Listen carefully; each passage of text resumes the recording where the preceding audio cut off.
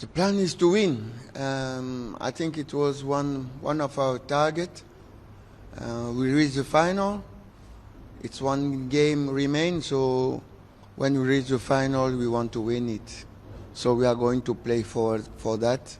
We know that the opponent is very tough. He plays very well football, and we hope we are going to be as fit as possible to win this game.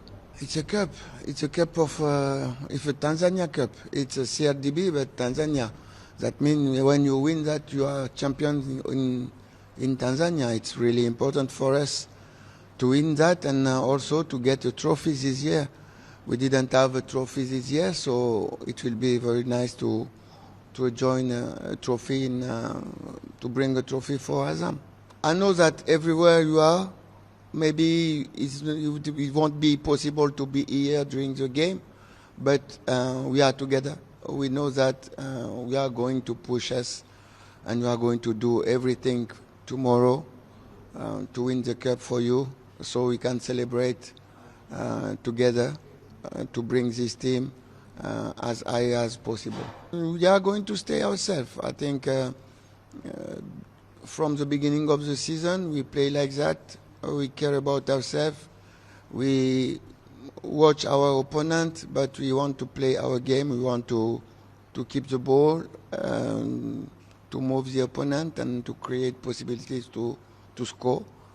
The last game against Simba was an amazing game. It was a very, very good game. We were better in the first half time, and they were better in the second half time. But I think we honor Tanzanian football. It was an amazing football, amazing game. So tomorrow, I hope Simba will be top, Azam also top, so we make a very good game. Sisi kama wachezaji tumejiandaa vizuri, sababu ndio mchezo wetu wa mwisho wa kumalizia msimu.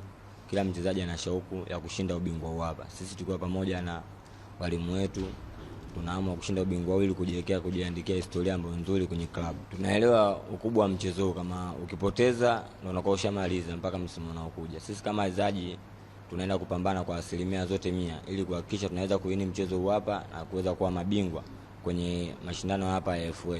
Kwa hiyo tunachoweza kuwashauri mashabiki na watu ambao wengine wanakuja waweze kuja kuisupport timu yao ili tuweze kuibuka ubingwa. Ikishinda Azam, wameshinda na mashabiki wote wa Azam. Imetutengenezea funzo kwa kiasi ukubwa kwamba makosa tulikuwa tumeyafanya kwenye mchezo ambao tulicheza finali hapo awali tusiweze kuyafanya kwenye mchezo ambao tunaenda kucheza hiyo kesho. Kwa hiyo mwalimu wetu pamoja na uongozi kwa ujumla wameweza kuona, wamerekebisha, tunaenda kucheza mchezo ambao utakuwa mzuri zaidi. Sisi kama wachezaji tunaomba mashabiki wajitokeze kwa wingi ili waweze kuja kuipa timu yao support, kwa sababu Azam bila sisi wachezaji, bila kupata nguvu kutoka kwa mashabiki si kitu.